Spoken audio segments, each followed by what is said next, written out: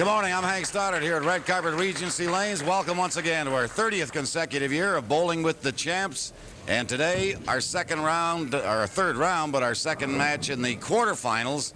So the winner of today's match will become the second person to gain the semifinals. Ben Have's the first one to make it to the Final Four, and today it'll be either Kurt Preston of Greenfield or Jeff Richgels from Madison, who will join Ben and eventually meet him, with the winner of that going on to the championship final.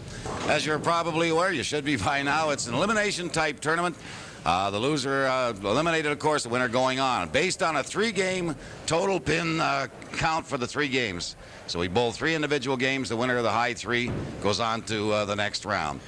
They earn extra money the further they progress in the show, but in addition to that, each Sunday, Red Carpet Lanes pays additional money, and that'll happen again today. $50 to the winner of each game, $50 to the winner of the 3-game series, $50 consolation prize, $25 consolation prize. Should one of the bowlers fail to win a game. Also an extra $100 for a 700 series, $200 extra for an 800 series, and we're still trying to give away the car from Foster Pontiac.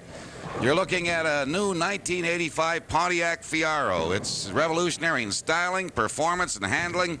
A mid-engine sports treat that delivers sports car thrill and high mileage as well. That's for a 300 game on Bowling with the Champs. There are other prizes for individual categories, and we'll catch you up to date on what they are later on in the show. But now it's time to reintroduce Dennis Wright, who, as usual, providing his color analysis this morning. And Dennis, this is a young brigade in here today, 2 of the rising bowling stars in southeastern Wisconsin. That's right. Jeff, so far on the show, Hank, really hasn't been tested. Believe it or not, he's won both matches by over 150 pins. That's really, I can't remember that ever happening. And Kurt, on the other hand, very strong on outside angle, and won a very close one from a teammate of Jeff's. He beat Don Cook in his last match, which was a little bit of an upset. So I think, as you said, 2 great young bowlers. Now, I know you always sit and watch while they're warming up. We had a little extra time to warm up today because we had a machine go down. What do you think? They got a shot there? Yeah, both of them, they're hoping that it holds up when the lights go on. And, we talk about lane conditions changing, and in the last few years they do change in a hurry. The lights magnify that problem. Well, we'll find out what happens today in game number 1 right after this.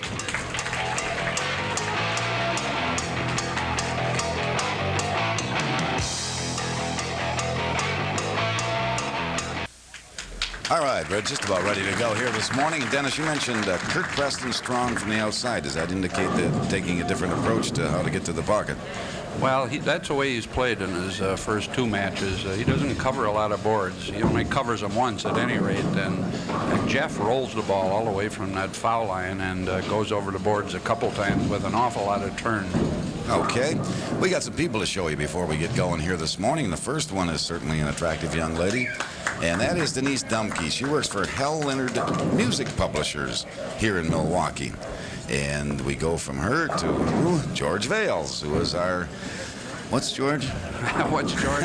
Many things, but most of the time we don't mention. There it says official scorekeeper right along the bottom. There are lanes 27 and. This match is the quarterfinals of the Bowling with the Champs from 1984-85. If you've been watching any other ones, you already know that I won the show this year. It's how I won this match that's pretty interesting and was quite exciting. It was fun to rewatch this and relive it, and I'm struck most by how fearless I was as a dumb young bowler, how quick I bowled, how fast I got up there, how good I threw it when I needed it, how bad my spare shooting was at times. It was really a good match between myself and Kurt Preston. Kurt certainly bowled good. He easily could have won. You'll see how I beat him here, and you might feel bad for him, but if you listen carefully, you'll hear how he had won the previous round against one of my teammates, Don Cook, with a Brooklyn strike at the end. So these one-game matches, certainly anything can happen, and you'll see a lot of things happen in this match, so enjoy. Man, Kurt took a harder shelled ball to go after that 10-pin, Hank. We see that a lot lately. And you don't want a lot of hook going at the spares. Hitting that pocket again, this time very light. 3 of them up there to try to convert on the left side.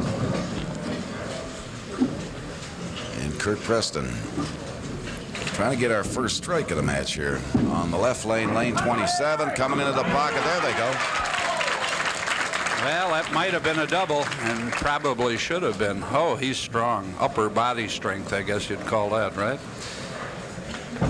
Jeff Richgels faces off to the right a little bit before he starts his approach. And we're going to show you in replay Jeff getting to the foul line. Now, there you see that one foot, just the back foot, the right foot off to the right a bit. And he carries the ball low all the way through his approach. And a lot of leverage just as he releases it. He doesn't loft it a great deal, but gets an awful lot of turn on it. And he's had 2 back-to-back great seasons. Looking for a double. Lazy 6-pin that time. Yeah, a little half hit, Hank, right? But around that pocket 3 times. And Jeff looking for strike number 1. Oh, trip to 4. Yeah, a little high, but the 4 went out of there.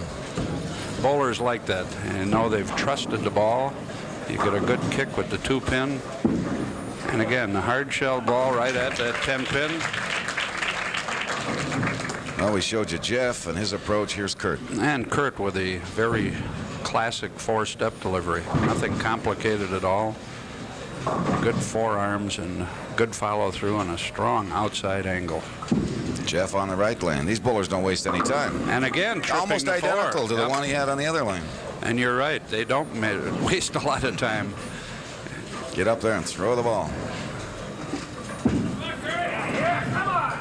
Not going to make it enough. He got 9. I didn't think he would go and get that many. It just wasn't breaking into the pocket the way he wanted it to. See the fellow on the right there? You recognize him. Ron Volk's our finalist last year.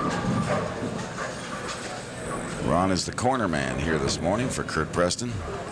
He's quiet so far, but gets into the 3rd game. Yeah, give him time. It'll be some fun. Have you consumed that tequila with the worm in it yet? Nope, I'm still hanging on. I haven't had the nerve to go after it yet. Ron had some fans last year that brought signs, and as the worm turns and he drinks tequila, branded tequila has a worm in it, so he brought Dennis and I the last show a little wee bottle of it with the worm in, but I haven't consumed mine either, and that's 3 in a row with the trip 4. Trip 4, yeah. Yeah, he held his hand over his face, but that's a good ball, and you need those coming in like it. Oh, it's a good ball too. His sister, that pretty young lady right in the middle of the picture. Jane? Yeah, Jane Preston. She's here, nervous as a cat on a roof. Baby brother, like him to win, obviously. And Jeff looking for 4 right here.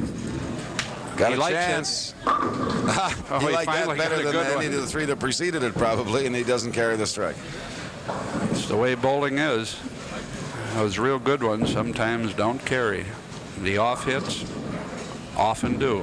Looking for a double, but going high. Oh, broke up the split, though. That 7th pin looked like it was going to be up there along with the 3 and the 10, and something hit it late. Did the 4 do the job on it? I think so. Oh, he slipped at the foul line. Fortunately, held together. Did not go over. Did we shake up Denise out there? She knew there might have been trouble there.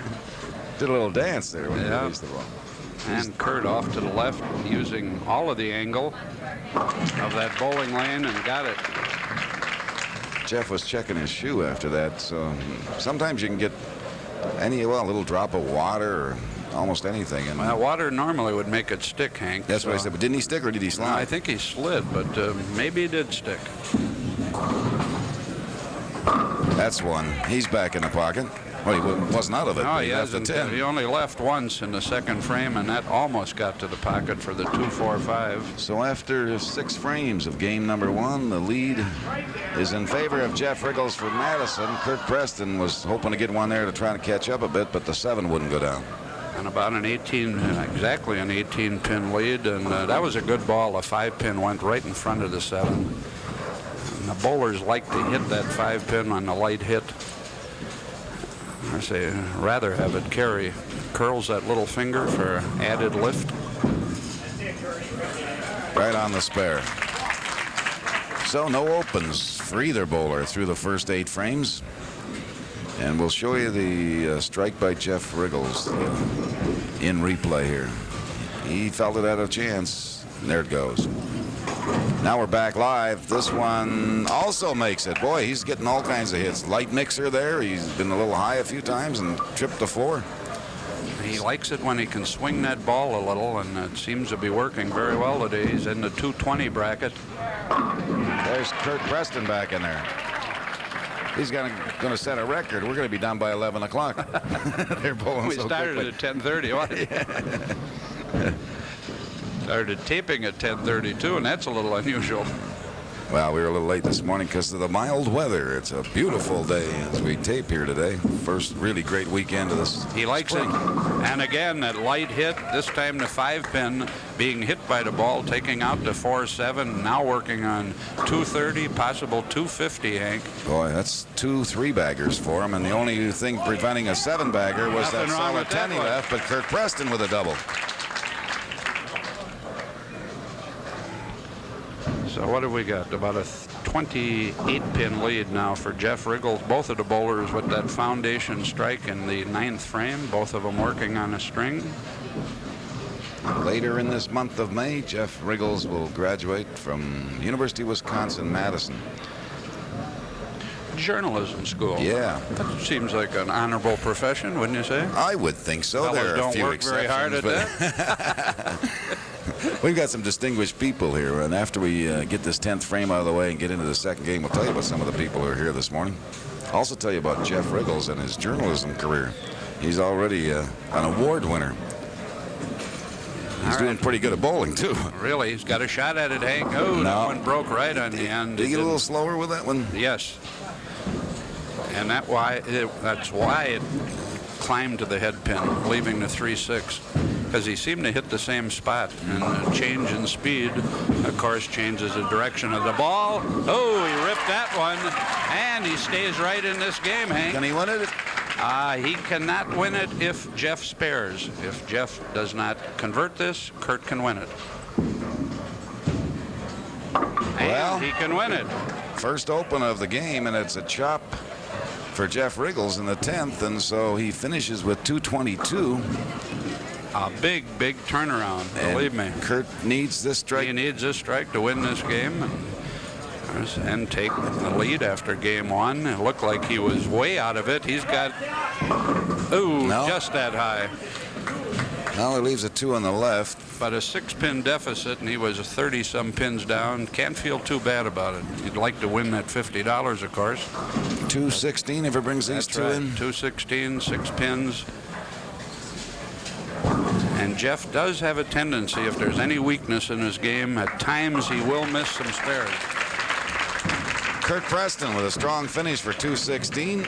Jeff Richgels, who looked like he was going to pile up a substantial lead, opens in the 10th, finishes with 222, wins the game, but it's very close. Game number 2 coming up after some brief commercial messages.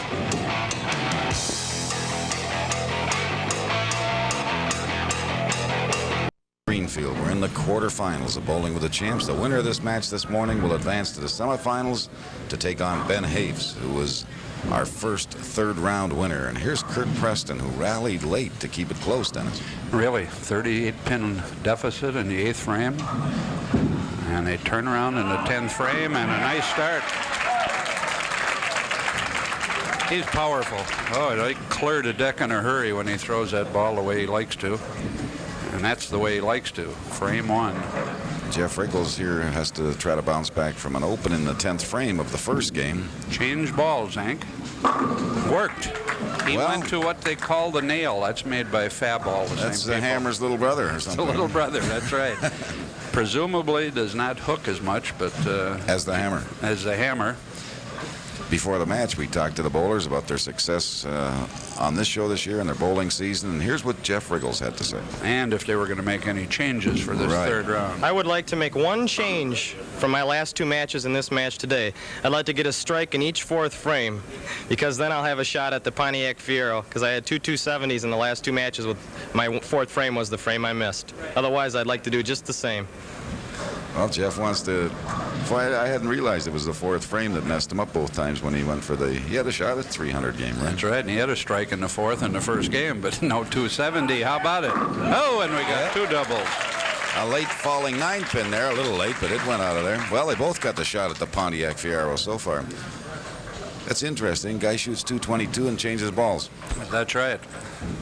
We also asked Kurt if he'd be making any changes for this third round match. As you watch him bowl, you'll hear what he said. The only changes I'll be making today as compared to the last two shows is I'm bowling on a Saturday as compared to 2 Sundays. I haven't changed any of my equipment or the line that I'm playing because, as the saying goes, I don't mess with success. You're right. But I think he hurt himself and it distracted him a bit, so he backed away. Now he's ready to go. And he has been playing that same line where he feels comfortable. That's his natural angle.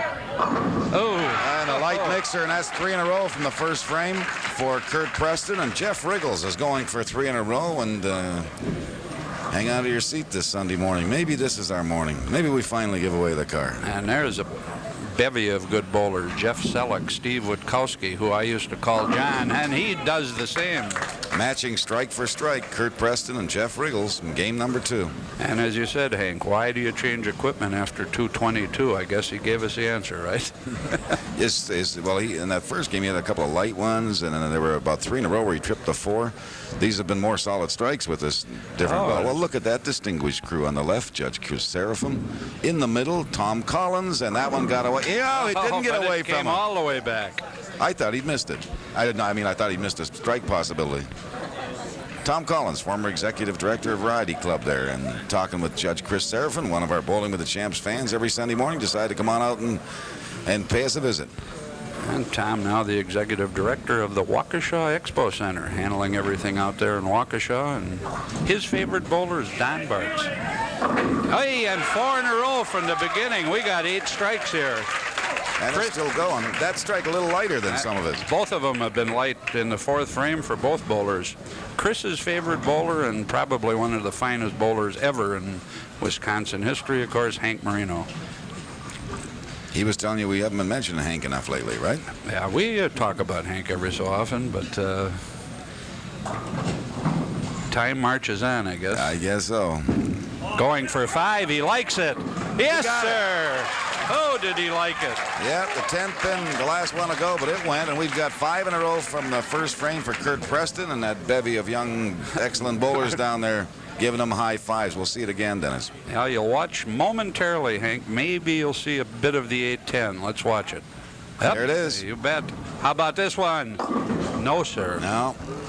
And again, similar to the ball in the 10th frame where he slowed up just a bit, this time leaving the 6-10, and now the lead goes to Kurt in the match. Well, he got past the 4th frame he was talking about. There was the 5th frame this time that cost him. And he's got to be careful not to cherry. He cherried in the 10th frame. Oh, and he watched that one all the way. Had a shot at taking a cherry pick. So we have Kurt perfect so far through 5, as Henry mentioned, working at 230 and Jeff 220. So a 10-pin advantage. And as we're bowling our show here this morning, a few lanes down. No. That one light, and he's got the railroad. A few lanes down, we have people who are trying to qualify for next year's show for Bowling with the Champs. Got a squad out here this morning, and a reminder to you, if you want to try to get in for next year, in our 31st consecutive year, you're running out of time. The last squad is May 31st. I think that one's full. But you should give Gloria Bear a call. There's a good cover. A 2-8 railroad double wood. Call it what you like. You have to hit it pretty direct. A little bit too light, and you leave the back pin, and of course going away you can leave that 8 pin. And Kurt looking for 6. Mentioned that Jeff Richgels graduating in May this month from University of Wisconsin, Madison. Kurt Preston, a 1983 graduate of UWM, University of Wisconsin, Milwaukee, looking for a 6-bagger. No, a washout. Boy, ball got, I don't know whether it was his hand position or what happened. That it got away on him anyway. And he was about a board outside of his spot. And, of course, that can always bring problems. 1-2 in the 10. So you think he just simply missed his target? I think so. And probably because it looked like he rushed the foul line just a bit. And when you rush the foul line, oh, beautiful nice shot. conversion. Oh, excellent shot. Pressure shot. We'll watch it again and see what did happen at the end of the string. Dennis, watch him at the approach here. see how far out? He was almost on the first or second board, and he wants to be just a bit inside of that spot. So he rushed the foul line. Your body gets there before the ball, or your arm with the ball. But he converted, and he maintains a 12-pin, 11-pin lead this game, and about a half a mark for the game. And back a little high, but he carried that one. So Kurt Preston back with a strike. Gets the high fives from Ron Vokes. And Jeff Richgels, who started this game on a roll, so to speak. Last two balls with his strike attempts, not all that good. We'll see if he can get it back again. He does. He really does. He Jeff threw Richgels. everything at that 7 pin that time. Both bowlers doing extremely well. 11 pin advantage, both bowlers with the strike working. Doing a little housekeeping. Talking about university graduates, we were just doing a little research, and of our 8 quarterfinalists this year, 4 of them are university graduates, which maybe tells you that some people's preconceived notion of bowling is not always accurate. And a double for Jeff Richgels. That evens up this game, Hank. Kurt could take it right back here. Kurt Preston on the right lane. You're watching quarterfinal action in the men's division of our 30th year of Bowling with the Champs. If you joined us late, you're just in time for what looks to be quite a match. We should have a good finish here. Both bowlers starting this game with 4 consecutive strikes. In fact, Kurt went 5 before ending that string. So both of the bowlers now working on a 230 game, and Kurt again missed a spot, but this time by about a half a board, and that can make a difference. The 2-5. And he's got it. Some of the crowd here this morning applauding Kurt Preston's spare, and he's got 177 in the 7th, and Jeff with a double up there, going to be about the same. Very close. In fact, if he should 1 pin difference right now. 6 in the match, so coming into this game, so we're talking about 7 pins separating the 2 bowlers. And a big frame again. The 9th frame, he likes it. Why not? Strike for Kurt Preston. And watching Jeff bowl, Hank, you wouldn't believe that he's going to need hand surgery this summer, but that's the case. And carpal tunnel syndrome he has, and I wouldn't go into that whole bit, but he has to go through surgery to correct something in his right hand. Oh, look at that one. 9 tendons and the main nerve. Swelling of tendon squeezes a nerve because there's not enough space. So they're going to cut a ligament at the bottom of his wrist open for more space, and he won't be getting pain. So he's apparently experiencing pain. He's got a lot of pain, that's right. And what a big break for Kurt Preston with that big split 9th frame for Jeff. Yep, that's the Canadian church he left there. Or something. We called it another nationality, and somebody got on me for being, well, no racist, but whatever. And we certainly didn't intend it that way, so I'm a Canadian by birth, so I can call it a Canadian church. If that's an insult, we'll let it go. Well, come on back. Yes, he did. Look at that. And wondering what happened in the 9th frame. Again, he slowed up just a bit. It really hurt him. So Kurt turning it around again in those latter frames. Well, Jeff could go 227 with another 2 strikes, 220 with a strike here. And it might give him a little bit of a boost after that big open.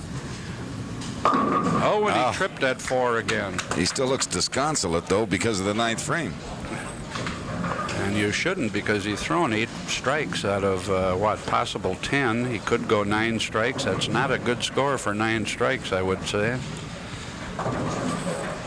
It's a good score for me. no matter how many strikes. And here it comes, and that is 9 Look at that. strikes. He goes up there, and he just throws them in. It looks like it's automatic, but he's upset about that 9th frame, so it gives him a 227 game, which almost certainly isn't going to be enough to win this game. Well, Kurt will need a mark, Hank. Oh, he does? Yeah, 270. working on right. 230, okay. but that double, or turkey in the 10th, put the pressure on Kurt Preston. Does have the strike working and could turn it into a real big one. Is that going to be light? Yes, again, that's 3 in a row, Hank. Yep. So this time he did not take advantage of it, and it might be the turnaround that Jeff found against him in the 10th frame. This time he may pick up 20 in the 10th. He's got a spare to win the game. Exactly. He made this in the 6th frame. He didn't have the 4-pin up, but that's almost academic. If you make the 1-2-10, you're going to make the 1-2-4-10. Not going to get there. No, you're right, Dennis. He leaves 2 of them up there, and so 10th frame in the first game hurt Jeff Richgels. He opened, and in the second game, his opponent does it. That's right. Kurt Preston. So a 223 game and a 227 for Jeff Richgels. The difference 4 pins. 10th frame of the last game. Jeff struck out in the 10th and continues here with the first ball in the 3rd game, while in the 10th, Kurt Preston opened. So we've had a same thing happen to each bowler, different games. Game number 1, an open in the 10th for Jeff. Game number 2, an open in the 10th for Kurt. But only 10 pins, and that can change in a hurry. 15 strikes for Jeff Richgels and 12 for Kurt Preston. Bingo, they like. Oh, wow, what happened? The only true tap, some people say? Well, some people say it's definitely a tap. I find a bunch of others, and what happens, Hank, is if we can watch it, the ball will chop the 5-pin right off the 8. The 5 should carry back and take the 8 out. You could see chopped it right off. Did not take out the 8, so there it stood, a solitary pin defying Kurt Preston of a strike in frame number 1. Well, better to get it there than after a string of about 5 of them or something like that. And really the result comes from throwing the ball with a little bit too much finish.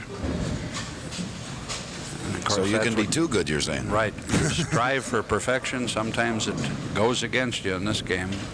Now let's see if he bounces back. Tough break, although as Hank said, it wasn't for a double unless he'd pick one up here, which he does. Well, it might have been a double. Good bowling this morning. Jeff Richgels, we mentioned journalism graduate, and the most recent edition, or maybe it isn't now, is the April issue of Bowling Magazine, which is the official publication of the American Bowling Congress, lists writing award winners. Nope, that 10 won't go for Jeff. And number 1 winner in the editorial division, this is open to bowlers all around the United States. Number 1, Jeff Richgels, Madison Capital Times, who wrote an article entitled "Time for Bowlers to Stop Crying for Outside Help." Is that outside lane conditions or just outside? No, not outside lane conditions. I asked him what it was about, basically, and he said it involved a tournament that was being held for junior bowlers in Rockford. And apparently, I don't want to mention the house because I don't want to get sued, because I want to make sure I'm just paraphrasing, but apparently at this tournament, lane conditions were such that these kids, these 18-year-olds can throw it as good as they crank it with the best of them. And I guess the lanes had been fixed, shall we say. And this young guy went up there and he had an 8 strikes from the first. And whoever's running the tournament said, don't get a strike here in the 9th because they'll never sanction it anyway. And Jeff thought that was unfair to the bowlers. What kind of a lesson are you trying to give junior bowlers coming into this sport if you give illegal lane condition, then tell a guy don't get a strike, which is the object of the game? And he wrote an article on it and won first prize. And he also had an open in the 3rd frame, and he's giving Kurt a chance for a big turnaround here, Hank, with a strike working. Your opponent opens. You'd like to jump on him right here, and you'll hear a howl if he carries this one. And he got it. And Ron Vokes is coming alive, and this is his game. He loves the 3rd game, and big turnaround again. A light hit. Watch the ball just get the 5-pin. Good action. And the Preston contingent happy with that one. Jane still looks a little nervous, his sister, but... So he goes ahead by 20 pins this game, 23 to be exact. 13 gives in him the a match. 13, right, in the match.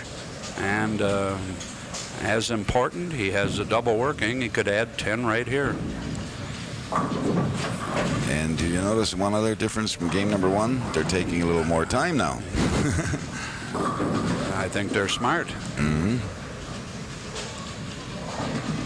All right, another very big ball. He like it. He like it. Whoa, wow. He buried it. Into the lead has gone Kurt Preston, jumping all over a mistake on the part of his opponent, Jeff Richgels, who opened as a result of that split in the 3rd frame. And Kurt has the 3-bagger.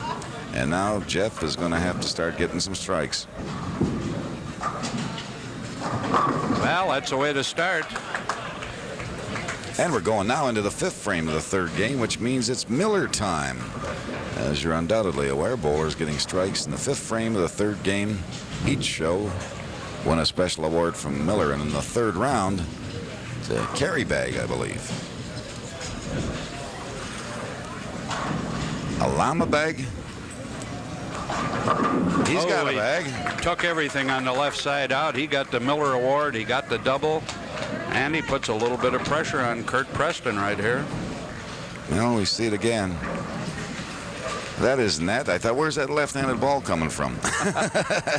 That was just showing you that it's the Miller frame. All right, Kurt looking for 4. 20-pin advantage this game. 10 in the match. No 4. He was just a smidgen high, and as a result, no 4-pin, or the 4-pin's still up there, no 4-bagger, and he doesn't win the bag. So about a 1 mark difference. 1 mark being the equivalent of 10 pins. And Jeff now working on the double. There's that bag from Miller. Jeff Richgels wins that. 4-pin, probably the easiest spare on the lane for a right-hander, and he covers it. I would agree with that. I think that He's got a lot of room on the right side, and even a little bit of room on the left side.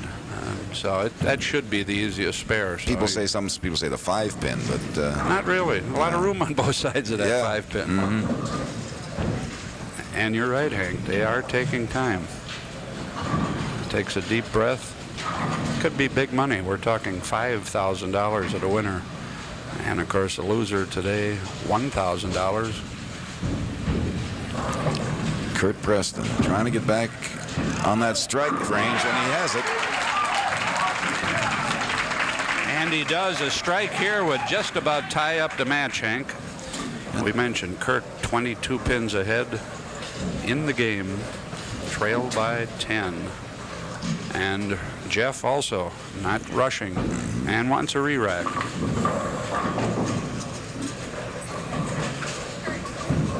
So, of course, George Vales is the man that provides that re-rack for him. Jeff coming into that pocket. He got it. We tied up the match. Take away the counts. Kurt with still a 2-pin advantage, but for intensive purposes, just about even. We'll see it again. Coming in from outside. Really from a long ways out. There they go. So let's see. The winner of today's match advances to meet in our next match, Rob Bailey. Oh, we like that one. Or Joe Natoli, and that's 4 for Jeff Richgels. And now to lead in the match, Kurt could take it right back. Great bowling match this Sunday morning. Well, the judge picked a good one, and Roger Janes picked a good show to be here. He's from the Milwaukee Journal, outstanding print journalist. I say that when he's sitting right behind me here.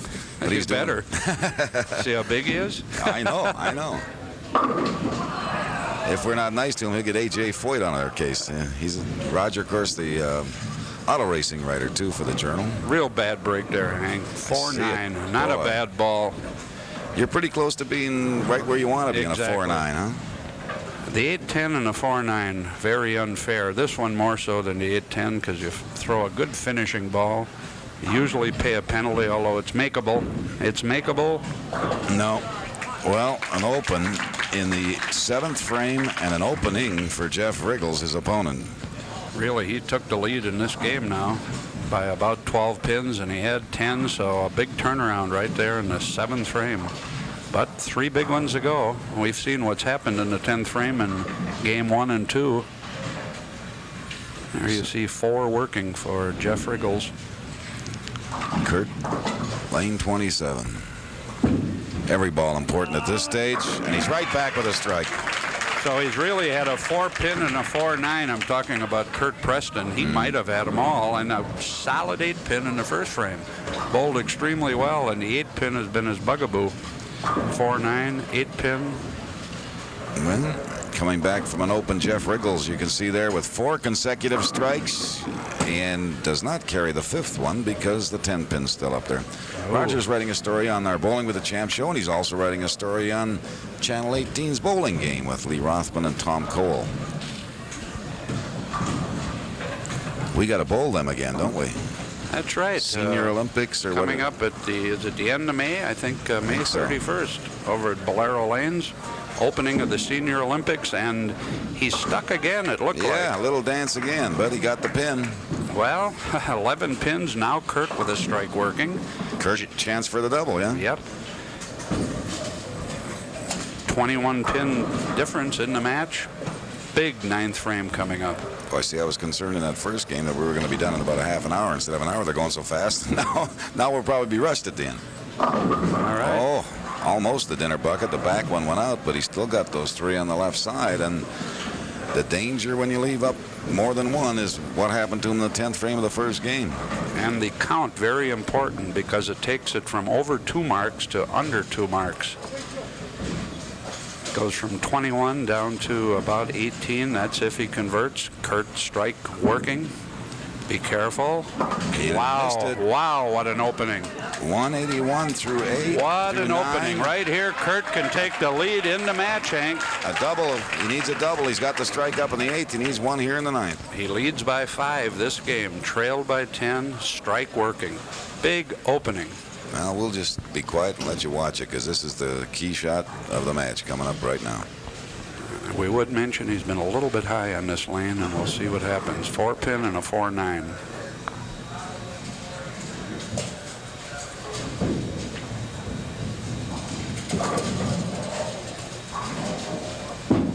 I think he likes it. Yes, Perfect. sir, a pressure strike. Wow. Look at Sister Jane. Wow, what a pressure Is she strike. happy or what? She's really happy, but it's not over. This is the kind of strike that feels good. They all feel pretty good, but when you bury one like that and there's not a pin around after the sweeper comes down. Leading by 14 pins. He could take it right out of Jeff's hands if he Strike goes. here. He Well, we got strikes a here. moment. I got to get your pre-match prediction and see which one you pick. Jeff Richgels. You're in trouble, and so is Jeff right now. Right. Well, We pin. gave him a little bit of an opening. 4 pin. Now, if he spares this, can Jeff still win? Yeah, if he spares, Jeff has to double. And of course, if he doesn't spare, we talked about this being the easiest to convert, but let me tell you, when there's that kind of money on it, none of them are easy.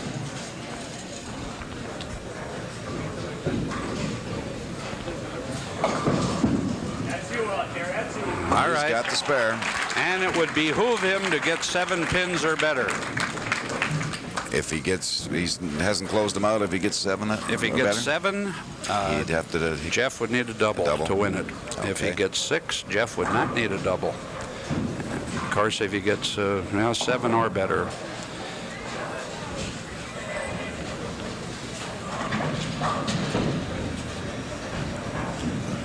Well, Kurt's up towards that head pin, and he got them all. So a 2-14 game. 214. If Jeff doesn't double, the best he can do is 201, so it's right on his shoulders. Not easy. Jeff Richgels of Madison. And you know, Kurt won his last match in the 10th frame, although he did cross over to beat Don Cook. Let's watch it. He needs one. He's got one. Well, he needs he's one got more. number 1. He needs number 2 and not much of a count. What a match. So this ball will determine our winner. And I don't think either bowler lost it. They both bowled well enough to win, made some great pressure shots. Both of them made a couple mistakes, and it's all right here. Have to ask Roger later if he likes the script we write for these shows. Jeff Gave Richgels. it more speed. Oh, won and he it. tripped a 4-pin. He doesn't believe it, but He's it was won a it. good ball. How much count does he need with his next ball? Oh, he needs about 4 pins. That's all. Well, it would appear that Jeff Richgels has won our match. And you don't hear a lot of cheering because Jeff's from Madison and he comes over by himself and doesn't, bring a crowd along with him. But He's a very talented young bowler, as we mentioned. A couple spares, and that almost got him out of this match. He's got it. That's 8 pins. That's enough. Jeff Richgels, after opening in the 9th frame, comes back with a pressure double in the 10th frame to defeat Kurt Preston in an outstanding match here this morning. We'll be back to talk with the bowlers, award them some prize money right after this.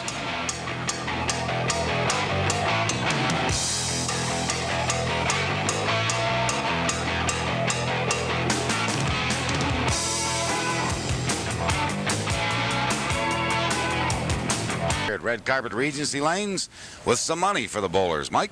First of all, Kurt, it's too bad you couldn't keep our south side connection going, but here's $50 for your third game win. Jeff, nice finish, $150 for the 2 wins in the series. Keep it going. Thank you, Mike. And for Kurt Preston, a check for $1,000 for making it to the 3rd round on Bowling with the Champs this year. And a well-deserved round of applause from his supporters over there. Kurt, there's not much I can say except to offer consolation. You bowled outstanding, and it was just a great match. Well, I just want to thank everybody for coming down. They've been big support all the while.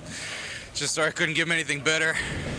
You guys, they can't get much better than you guys bowled here today. But you had streaks there where you looked like you're really wired, and then every once in a while you throw a bad ball. You had that couple of washouts. What was the problem when those happened? I get a little aggressive, start squeezing it, and then just end up where I'm pushing the ball on a lane and I'm not lofting it on a lane, and it skids too far, and, well, that's the problem. 2nd frame, 10th frame, I wish I could have it over. I guess so. You obviously knew he needed that double. Yeah, I did. I knew that if I'd struck on the first ball in the 10th of the 3rd game also, that I'd put more pressure on him, so it's just... The 10th frame has been my rough frame this year. It's just very tough for me. Well, our congratulations on making the show. We hope to see you back again next year. Thank you. Okay. And Jeff Richgels, you obviously knew you needed that double in the 10th frame. You were a little excited when you got that second one. Yeah, I'm not left speechless too often, but this was something else today. I really wasn't nervous when I threw the first one in the 10th, and I wasn't that as nervous as I expected on the second one, but after I threw it, I'm still shaking a little bit. I just couldn't help it. That was really, he deserved to win, you know, as many times as 500 series have won in this show. What can I say? That 4-9 split, he bowled fantastic. Probably better than me today, but bowling's got luck in it. You knew you were in trouble, though, when you left that split, and he came up with that double. Yeah, you know, I threw that shot out in the 9th frame where I missed that 2-4-5, and I just didn't want to leave a split, and I left the 2-4-5, and then I didn't want to chop it, and so I missed it to the right. That's the only spur I've missed this year on the show, though. Okay, we'll look for you back in the semifinals against Ben Haves. Again, our congratulations, Jeff. That's our show for today. Bowling with the Champs was brought to you in part by Foster Pontiac, South 27th and Loomis. Foster challenges anyone to beat their prices, anyone.